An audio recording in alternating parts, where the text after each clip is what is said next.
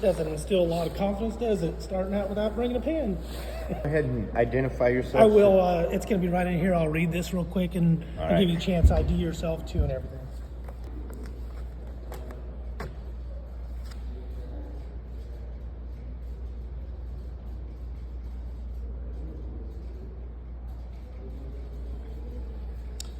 All right, Mr. Carpenter, you ready to proceed? I am.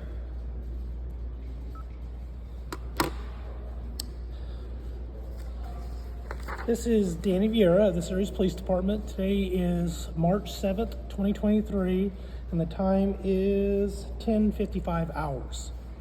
I'm at the Ceres Community Center located at 2701 4th Street, Ceres, California. This interview is being recorded. Yes. Okay. This will be an interview with John Carpenter. Can you please say and spell your name for me? John Carpenter, JOHN CARPENTER. Do you mind giving your date of birth? It's not okay. The purpose of this interview is to discuss internal affairs investigation case number 223-0001. This investigation is in reference to the events that occurred on or about October 18th, 2000. Is that correct? October 18th, 2022. 20. Okay, yeah. Yes, that is correct. Sorry about that. It was part of my opening statement. That's why I remember it so well. Okay. At approximately 10:30 hours. During your contact with off-duty Sergeant Vince Hooper and subsequent arrest by uniformed officer Keith Griebel and the same Sergeant Vince Hooper, it was determined your observations may be instrumental in this investigation. You were considered a witness in this investigation. At this time, during this investigation and our interview, you decided to terminate the process. You are free to do so. Do you understand all that? I do. Which means if you don't want to answer any questions, you have that right. That's perfectly fine. Okay? Is there any reason why we cannot proceed today? No reason at all. Okay. Do you understand and acknowledge this interview is being recorded? Yes, I do. Your statement and any information gathered by reason of such statement will be held confidential to the best of our abilities. Does that make sense? It does. All right. Okay, Mr. Carpenter, you turned in a complaint form, and I made copies of it right here. You also turned in some documentation that was printed, and I'm presuming is your statements concerning the incident this occurred? I do believe so. Does that look like those documents? Or are you familiar with those documents? This is copies, so.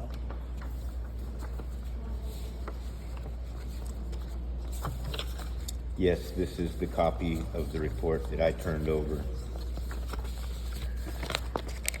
Here. This is the copy turned over to Lieutenant. Yeah, I have the originals right here. This was just copies of it. You can keep those if you want in case you want to refer to them while you're at the interview. All right. That might be easier. All right. Are the contents accurate as to your statements concerning the incident? Yes. You indicated that Cassandra, Tristan, and Ariel Knight yelled out to you during this incident. Yes. Do you remember how that occurred? I pulled into, I was already in the parking lot. I just finished speaking, engaging with somebody, and I was returning back to my vehicle. And as I stand in there looking around at people, I kind of fanned underneath of the awning at the Save Mart parking lot, and then my eyes locked on Cassandra's, and she looked at me, and she threw her arms up, and she said, "Hey, what's up?" And that's how the initial engagement began. And then I walked across the parking lot, and she said to me a second time, "What's going on?" And then I said, "Well, I'm just out here talking to people about scriptures." And then she attacked me. She engaged and started calling me profane, pedophile, chasing after women in the parking lot. Mm-hmm. Now, at some part in your interview, you said that the video showed that she pursued you across the parking lot. Can you explain that to me? Because the video only, that I have at least, only picks up you guys in the parking lot. Right. Let it also be noted that not all the video evidence of the cameras that morning was turned in from the store. I want that noted first of all. That's why you can't see but the only garbage that was turned in. But what happened is when I engaged with her and she started calling me names, telling me to get out of here, calling me a weirdo, telling me I'm chasing after girls, I just looked at her and I said, oh, you're one of those, you're of the devil. I called her a lesbian and I turned around and I walked off. As I was walking off, she and her girlfriend that she was with pursued me across the parking lot. And they started screaming obscenities at me again, telling me, pointing, you can see them pointing at me, telling me to get the F off the property, get out of here. And then I stopped in the middle of the road and then I said, you guys can bitch at me all you want, but if any of you lay your hands on me as I'm walking away from you, I will defend myself. I will knock you out is exactly what I said. And then she ran it right back. I'll knock you the fuck out.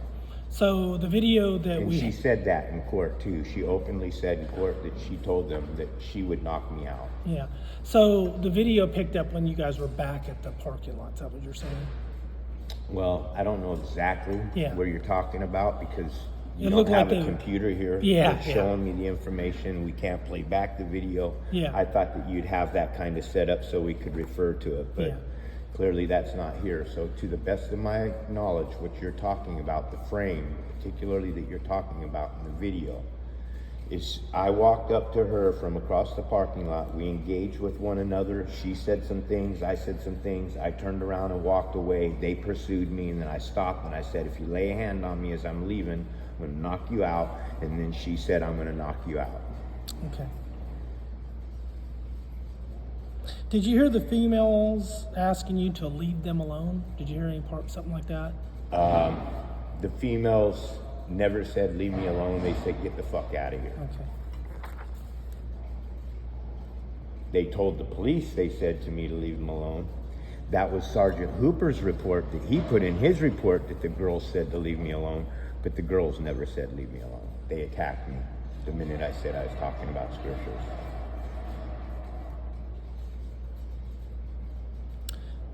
In your written statement, you indicated, and you talked about it here, that you retaliated them calling you a pervert by calling them devils, lesbians.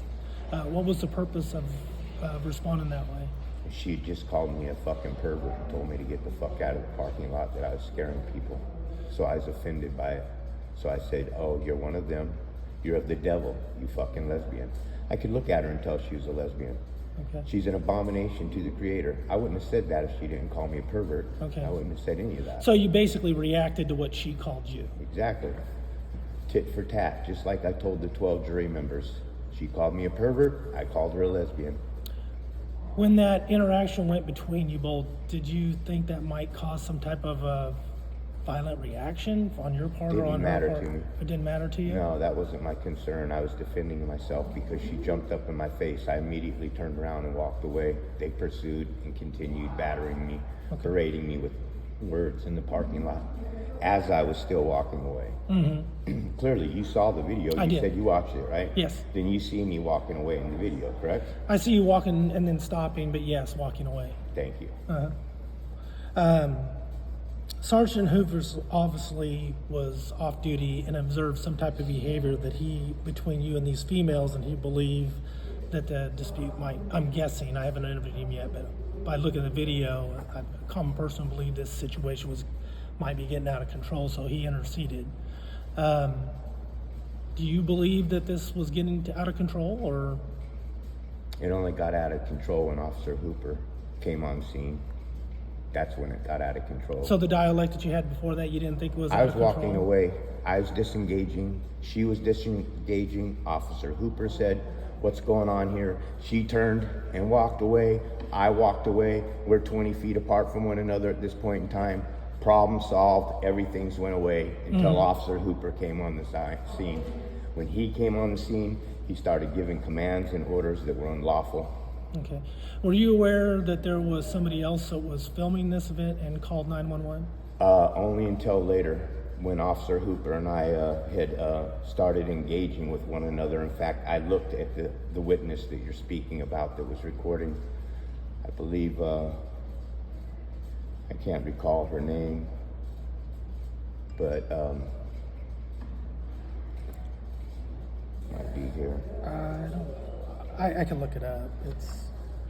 She was recording the events, and she came up, and I asked her directly myself. I said, "Are you recording this?" And she looked at me, and she gave me a thumbs up, and said yes to me. None of that's in the video. So the video was cut and clipped that they turned in that morning as evidence. Not all the evidence that she recorded that morning was turned in. Okay. Because I asked her right to her face, "Are you recording this?" And she said yes. So those two females were not with the three females that you had the altercation No. with, that verbal altercation with. Right, no. Okay.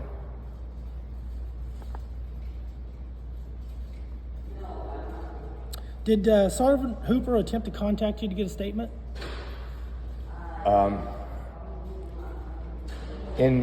In court, he said that he investigated, but he didn't investigate anything. I plainly, after the woman and I had disengaged from one another, Officer Hooper was standing there in the middle of the midst of both of us, kind of like, trying to get his bearings, what he was going to do. Mm-hmm. And then I looked, and he looked over at me, and you can't see me because of the camera angle, but I flagged him over. I said, "Come on over here. I'll tell you what I was talking about." And he walked over, and I said, "I'm just talking to people about God." And then he turned to everybody underneath of that parking lot and screamed, "Call the police." I told him, "I'm talking to people about God," and your officer said, "Call the police." So why do you think he did that? Really? I'm supposed to know what's going on inside of your officer's head? Let's backtrack here. Okay. First off, it's a First Amendment for me to be out there talking to anybody about God that I want to without anybody jumping in my face. That's a First Amendment protected act. So when I told Officer Hooper that I was talking to people about God, his communication to me at that point in time should have said, "Thank you very much, sir. Have a nice day." And it all would have been done. But no, his pride wouldn't let it go. Well, I do, and you do have that First Amendment right. The problem we have here is there was some type of altercation between you and these females, enough so that these independent witnesses... You're going to have to call those people. I'm not going to let you sit here after I've won this case between 12 jury members who found me innocent, and sit here and let you tell me what those people did when I've got a case that's been dismissed. Okay, I'm not telling you anything. I'm just... A woman felt the need to call 911 before... Well, I can't help what her feelings are. We don't enforce people's feelings. We enforce the law. The law is I can be out there talking about my First Amendment rights, and however she felt about that is her problem, not mine. Right. You are correct. You have the right to express yourself as long as it doesn't impede the freedoms of other people. I wasn't impeding anybody's freedom. She engaged with me. I walked over. I saw that she was a threat, and I walked away. Okay? But an independent witness felt strong enough to call the police because they felt something was going on there. There was some type of disturbance. Right, and 12 jury members found it in their case that that witness wasn't viable in her statements. Okay. And you said that Hooper did try to contact you to get a statement from you, or did not? He never got a statement from me, no. He didn't come over and ask me what's going on. I told you I engaged. I told him what I was doing, and he said, "Call the police." At that very moment, he should have said, "Have a nice day." Yeah. Regardless of what there was no fighting, no fisticuffs, nobody punching anybody. Everybody separated. Problem solved. Like I said, problem didn't start until Officer Hooper arrived on scene. Okay. So you say he never asked you any questions about who you were or what you were doing there or what happened? Oh yeah, he started asking me questions. That was the first, and that's when I said to him, what are you asking me these questions for? Who are you to ask me who I am? What I'm doing out here? I'm talking to people about God. It's my right to talk to people about God." Yeah. It's echoing here, and I got one of those voices when I got to keep reminding myself, calm down, Kim. Calm down. Did he identify himself as a police officer too? Not at first. It was kind of like a delayed thing. If he had came up to me and said, "I'm a police officer," right off the bat, I would have invoked no matter how it would have happened, my Fifth Amendment right would have been invoked. Okay. I would have said, "All right, you know what? Look," I told him, "If you're a cop," after he identified and showed me his identification, I said, "If you're a cop, bro, I don't want to talk to you. Have a nice day." And I turned around and walked away, and then that's when he said, "You can't leave, you're under arrest." I turned back to him, And I said, what am I under arrest for? He could not articulate a reason. All he said is just wait for the police to get here and we'll work all this out. And then I waited for the police to get there and then they beat the shit out of him. Okay. So he did identify himself as a police officer. How did he do that? By pulling out his badge, showing here. He says, here, let me show you my ID. And when he told me that he was a police officer, I said, I don't care to see your ID. If you're a police officer, I don't want to talk to you. Okay. And what was the reason for that? How come you didn't want to give him a statement about what occurred so your side of the story was in there? Because it's also a protected act. It's also... It is. I know the law. Yeah. Everything I did out there that morning was completely within my lawful rights as a citizen to be out there talking to people about God. And again, I will reinforce that if I hurt somebody's feelings, law enforcement isn't here to force people's feelings. If I hurt somebody's feelings, so be it. I hurt their feelings. They went their way. I went my way. And that's why we're here to find out. But there is a section in the penal code that says you have a right to express your feelings, but there's also a point where you can't say words that are likely to provoke a violent reaction. Oh, don't you think that her calling me a fucking pervert is invoking? I wouldn't argue with you that one bit. Okay. Well, But the she's thing the one that is, started in it, order, tit for tat. yeah, I get that, but you never told Sergeant Hooper your side of the story, correct? Well, after Officer Hooper identified himself as a police officer, I did not want to talk with him. That was my right not to. Yeah, it was your right. That I didn't talk to him. Because once he said, call the police, when I told him that I'm talking to people about God, and he said, call the police, to me, that was right off the bat an attack. He attacked me because I was talking to people about God. He didn't want me out there talking to people about God. But you didn't feel the need to tell him what conspired between you and the female, so your side still be there? It never got that far, because when he started escalating it to making it about a problem out there with other people that I'm outraged, I told him, look, man, I don't want to talk to you. Okay.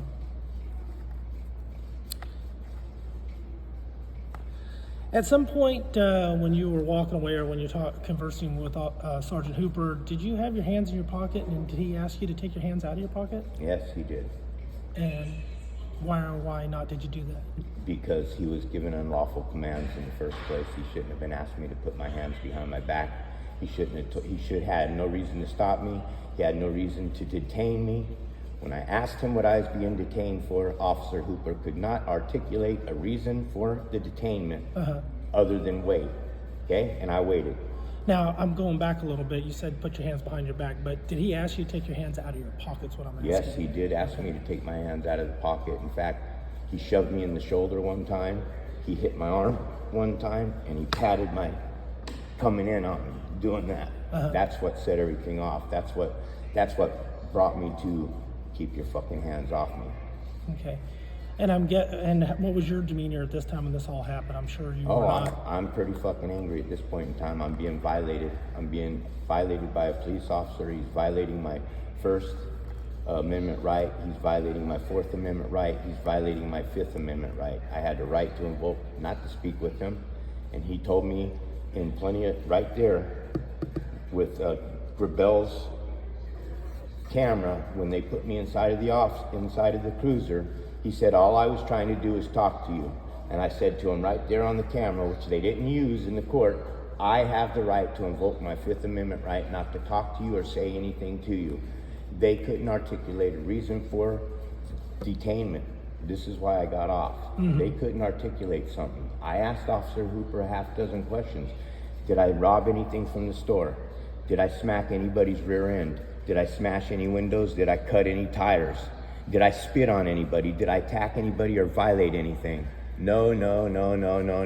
What did I do that broke the law? He couldn't say anything. So he never told you that the verbal Not in argument... the court. Oh, Not in the court. He never said anything. He couldn't say a reason. When he contacted you out there, did he tell you the reason he was detaining you is because of the argument between you and the females? No. No. Not that I can recall. Not that. I can't recall that. Okay. So he never advised you of why you're being detained is what you're saying, correct? No. Did you... Well, actually, while I was being arrested, because if you watch all of the video evidence that I gave you, he told Officer GRIEBEL that he arrested me because there was an exchange between him and Officer GRIEBEL that took place.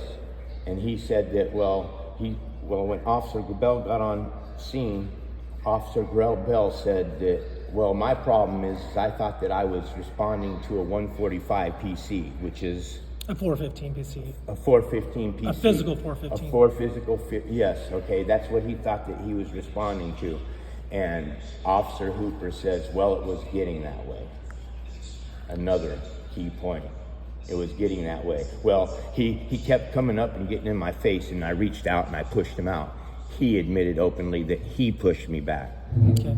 So just to clarify, you reached out and touched him, then he pushed you back? No. So He said that I was walking in with my getting up in his face like that, so he reached up and pushed me back. I never got up in his face. You know why? Because I never got closer than 6 foot to anybody that morning, because I was exercising a safe 6 foot social distance to everyone. He was the only one that came up on me, and I told him to stand down and move away from me. I said, you're making me uncomfortable, dude. You're scaring me. Okay. At some point, did a uniform officer arrive on scene? Yes. GRIEBEL? You already said his name was GRIEBEL. GRIEBEL, however you pronounced it.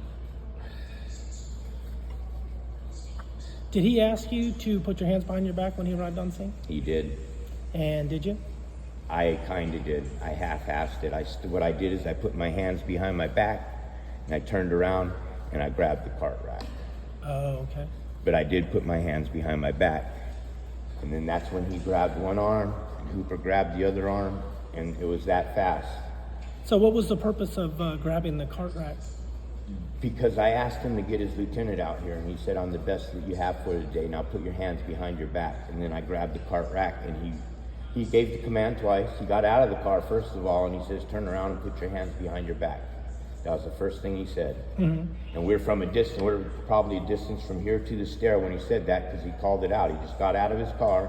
Hooper got his attention. He says, turn around and put your hands behind your back. I said, if that's the way it's going to be, then you need to contact your lieutenant. He says, I'm the best you got today, so now turn around and put your hands behind your back. I turned around and I grabbed the thing, and they jumped on me and started punching on me. And did you say at that point in time he did tell you what you were being arrested for, or didn't? No. Didn't? No, he just jumped on me. He didn't ask one question. He didn't come in asking questions. He came in giving commands, unlawful commands. I am a citizen. As an American, it is my place to stand up for the community and not let this kind of behavior take place with any officer. I was within my rights. If I had done anything wrong, I would have stood down. I would have put my hands behind my back. I would have followed the law. If I got caught pulling into the parking lot inside of a car which didn't have tags on it or something, and they said, hey, we saw you pull in, you ain't got tags, then I would have gladly turned around and put my hands behind my back. But I didn't do anything unlawful that morning. So the purpose of grabbing onto the pole was to resist the arrest? No, we're not going to go with resist. That's the charge that was given to me. Okay. In order for there to be a resisting arrest, there has to be a charge given. What was I being arrested for? That's what I screamed when they're grabbing me around and pulling me. What are you arresting me for?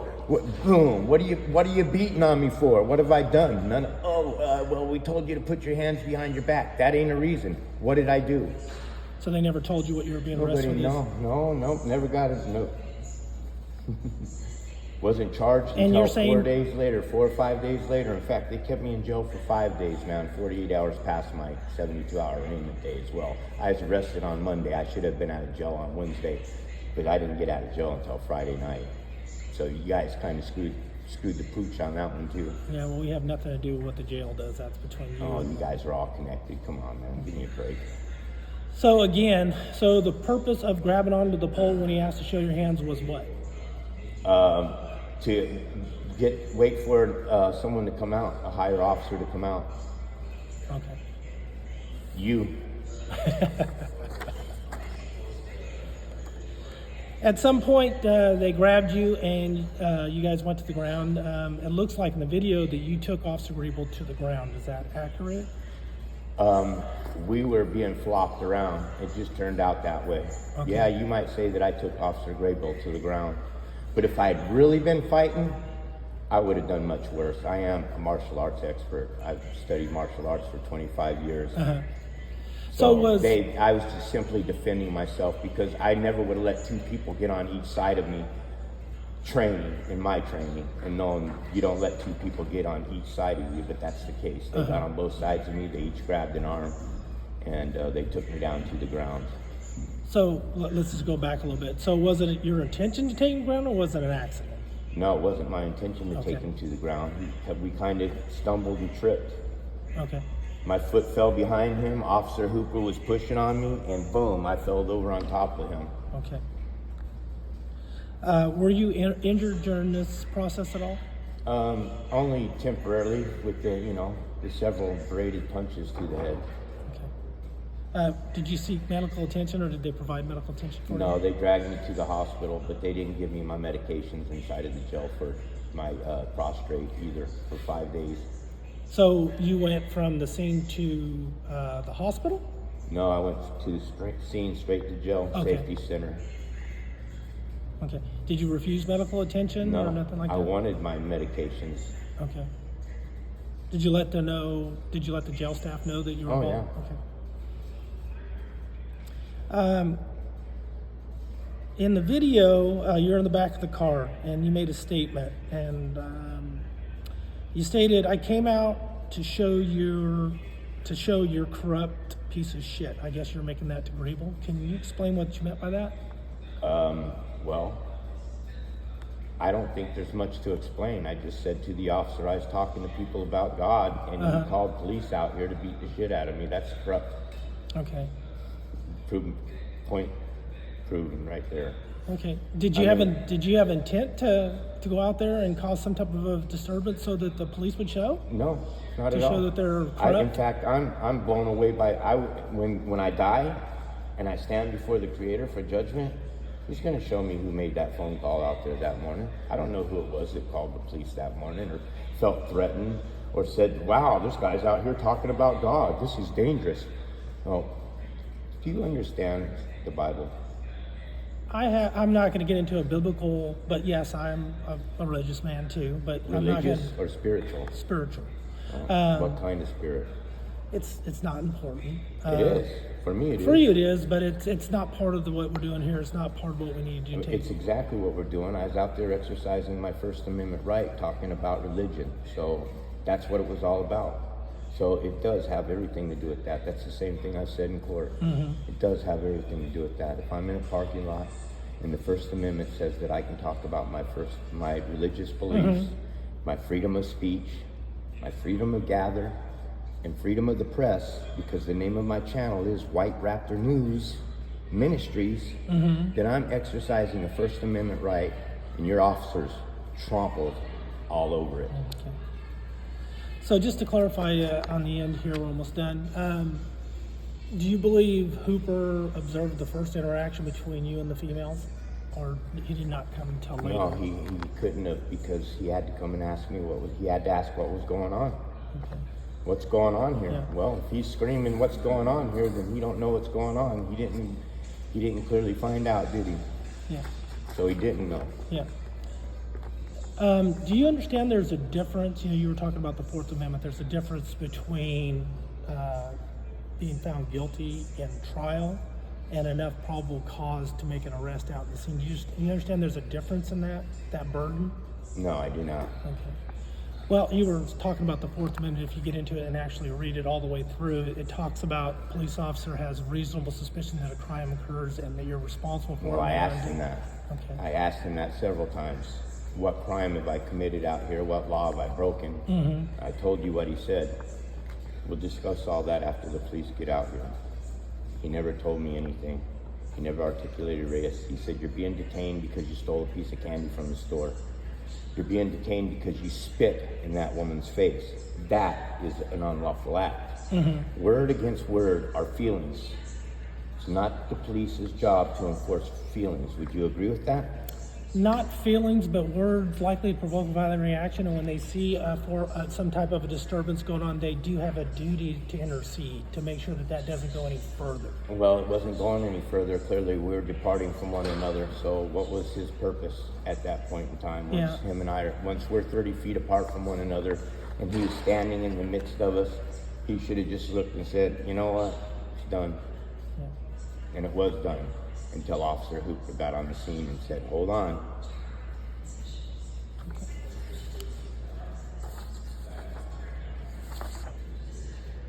I think I've got all the information I need. Is there anything else that you would like to add? Just if you, a lot of people, you know, they say that they're religious people, and they don't have a clue, bro. What's going on? Yeah. Okay, Well, I have a full understanding of the creation story. Yeah, and but what's people have a going right on, to be atheists. and that scares people. Okay, because when I ring people's ears about Jesus Christ is the image of the invisible God, how can Jesus be the God of something that's invisible? If he can't see the creator and he has no face, how can Jesus be the image? I ask questions like this, and it sets off light switches on Christians' faces. How can Jesus be the image? If Jesus is the Prince of Peace, why is he coming with the sword? If Jesus is fully man and fully God, why doesn't he know the day of his own arrival? If Jesus was fully man and fully God, why did he have to walk across the field to only find out that the fig tree was dead? And if he is God, why don't he raise the fig tree and pull the fruit off? Bro, Jesus isn't God. This nation is in depravity. It's fornicating. It's committing adultery. Everybody's going to burn. You understand that? 666 is the mark of the beast. Okay. Mankind was created on the Let me go sixth back day. and ask you a question. Ask away. You said that you were talking to other people prior to this in the parking lot. Did you have any issues with those people? No, but clearly someone that morning didn't like what I said.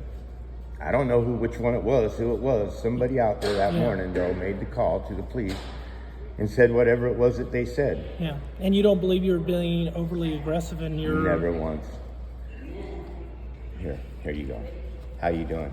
Excuse me, can I ask you a question? Did anybody get sick or die from COVID in your family? This is the question Yeah, you were asking. did anybody get sick or die in your family from COVID? And if they answered no or yes, it don't matter. I asked them, do you know what COVID stands for? Have you ever heard that it means Certificate of Vaccination Identification? And then I asked them, do you know who Bill Gates is? And most say, yeah, they do know who Bill Gates is. And I say, do you know that the patent number that he's working on for the vaccine is WO 2020-060606? And then I ask them if they know what 666 means. And then I tell them the revelation. Here's a call for wisdom. Let the one with insight calculate the number of the beast, for it's the number of a man, and his number is 666. And it has everything to do with that man that's created on the sixth day of creation, because we have two creations. Yeah, I don't doubt that you're educated in your I'm beliefs. I'm just sharing with you how I Yeah. approach people. Now, does that seem off to you? Well, I wasn't there. Well, that was it. Sergeant Hooper did not know you from Adam. You guys had no prior contacts, I'm guessing. He's walking out of a store off duty, and he sees... No, he's walking into the store. Okay, near a store. And he sees or hears this altercation going on. And off duty, he doesn't have a duty to intercede, but he felt that I'm guessing he felt this was going to get violent. He wanted to get in the middle of it and stop. We were already departed, man. We were split up 10 feet, walking away from one another when he finally came into the mix. Okay. If you guys really had wanted to know the truth, you would have turned in that right side of the camera in the video. There's nothing that we didn't turn in that we didn't have. Oh, there's Everything another angle over there that wasn't turned in. From There's who? I have. It shows it on the screen that there's another From who? angle. Huh? From who? A camera from who? From the right side angle of this Save Mart parking lot, there's a video angle that veered right down on everything that happened that morning. But it wasn't turned in. The only camera angle that was turned in was that left side of the angle with the big tree in there. You think that there's 3 other camera angles out there and there's only one angle that's turned in? That's not shady to you? Come on, you're an officer. That's not shady to you? Well, all we can do I is know ask you're not what they going to have. say it is, because you guys can't answer a straight answer, man. Well, It's yes or no. I'm That's answering shady. I think I've been very honest with you this whole time, and I was Yeah. trying to explain to you that there's a difference between what somebody's convicted of in court and what an officer sees on scene that establishes probable cause to make an arrest. There's a different burden. Well, after it's been found not guilty, then there is another burden. It's on your officers that they've committed a crime, that they unlawfully arrested a person, beat them down inside of a parking lot, and sent them off to jail for no reason at all. That's the burden on society, not me out in the parking lot talking to people about God. Okay. All right. I think we're done unless you got something else to add. Nope. Maybe you should read the Bible, though, and learn about the beast.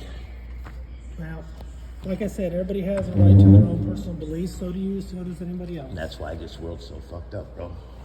Because you got your personal beliefs and you have no service of God. Good luck. All right.